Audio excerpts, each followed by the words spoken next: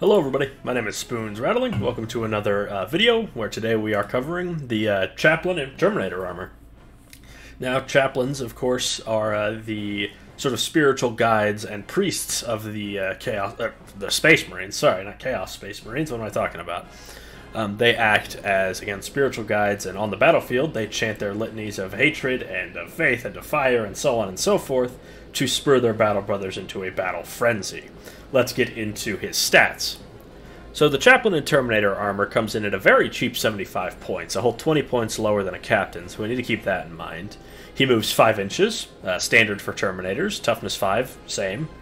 Save 2+, and an invulnerable save 4+, which is again standard with Terminator plate, though is very handy for being quite resilient to a lot of weapon types.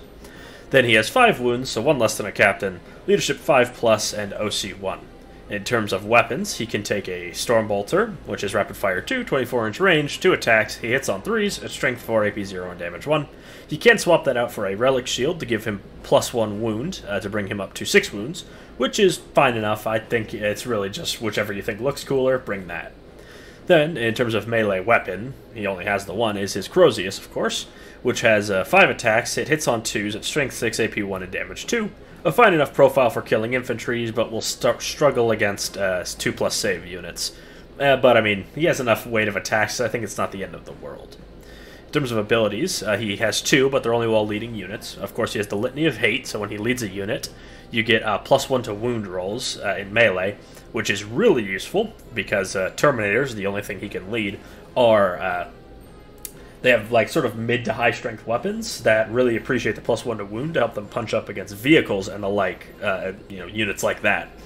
And of course, it also helps his own Crozius at strength 6 with +1 to wound. The only thing you're going to struggle against is toughness 12 units, which would be things like Knights or Land Raiders or Rogaldorns, Baneblades, stuff like that. You know, Baneblade's toughness 13, but you know what I mean. Super huge stuff he's not going to be super effective against, even with his +1 to wound, but the rest of his squad will be, so that really does help patch up that weakness. And then he has the Recitation of Faith.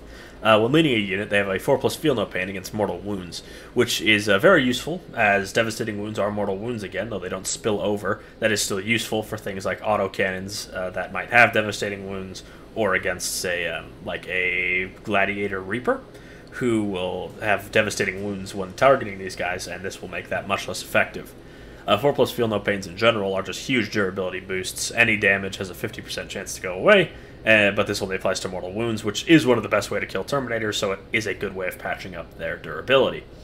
So things like Thousand Suns, so I couldn't remember their name, their Doom Bolts and stuff like that won't be nearly as effective against a unit led by a Chaplain.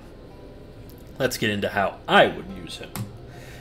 So, if you're not aware, I will be focusing on his synergy with normal Terminators and Dark Angels Terminators. Sorry, Wolfguard, but I don't play Space Wolves, and I can't speak on them very much. I'd say that the Terminator Chaplain, for the most part, is a trade-off from more punch that you get directly from the Captain for more squad damage, which can be achieved through his free stratagems, but this is something that it comes just baked on. You don't need to spend anything on it. Of course, the +1 to wound really helps, but one thing that I think combos him quite well with Deathwing Terminators themselves, not Knights, just the Terminators, is, if you're unaware, hazardous weapons now do 3 mortal wounds, starting with the unit that wields the weapon, and then so forth. Now, having a 4+ feel no pain does mean that you can actually survive your plasma weapon overheating, which is really useful and very flavorful for the Deathwing Terminators, because why wouldn't you bring the plasma cannon? I know it's not the best weapon, but it's so cool. You know, obviously, if you want to be hyper cutthroat about it, you'd probably bring the Cyclone or the Assault Cannon, which, fair enough, the Assault Cannon is very cool, but your overall, say you bring the plasma cannons to be flavorful, this will be a big durability buff to them. And since they're all going to be using Power Fists, or presumably, I understand if you bring the sword on the Sergeant, but I think you're wrong. I would bring the Power Fist just because it looks cooler and is better. Power Fists love +1 to wound. Being at strength 8 means they wound pretty much the entire game on 4s. That's stronger than them, and anything weaker than them on 2s. I know that's very basic math, but it is a big difference. It makes them, you know, sort of, they'll chip vehicles till they seriously threaten vehicles.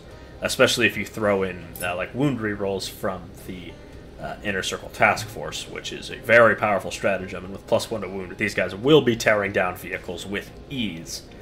The only thing is that the Chaplain himself, his Crozius, isn't super powerful. It's very good at killing Marines and infantry, but it's strength 6, so it will struggle against things like Knights or Land Raiders.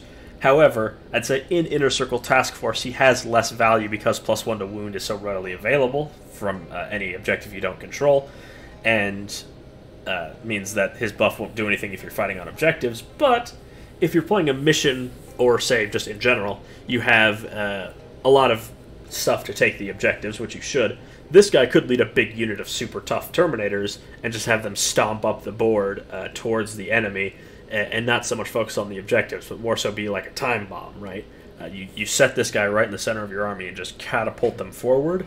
They will have to deal with that, because with the +1 to wound, nothing is safe from these guys. They will tear through infantry, through vehicles, through even the toughest of combos. Are really going to struggle to stand up to that many attacks, and that many, just that much weight of attacks with +1 to wound.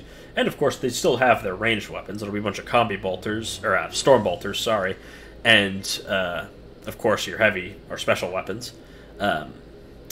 And with those, you'll be able to just really you'll be applying pressure from turn 1, right? The plasma cannon, the assault cannon, or the cyclone, they all do different things. But really, it would just be sort of like they have to deal with this, which gives your other units more time to go and do something. Of course, if you wanted to, you could run them in a Land Raider, which I think would be fine if you want them to jump out and just charge into something. But their durability would be fine, that they could stomp up and weather a lot of fire before being whittled down to little efficiency. But of course, a Land Raider or a Storm Raven, if you're me, is always a choice for Terminators, though you do have to run them in a smaller squad, which I'm not partial to. I love big squads of Terminators. It's very much just an 8-brain thing. I love having 10 Terminators. It looks cool.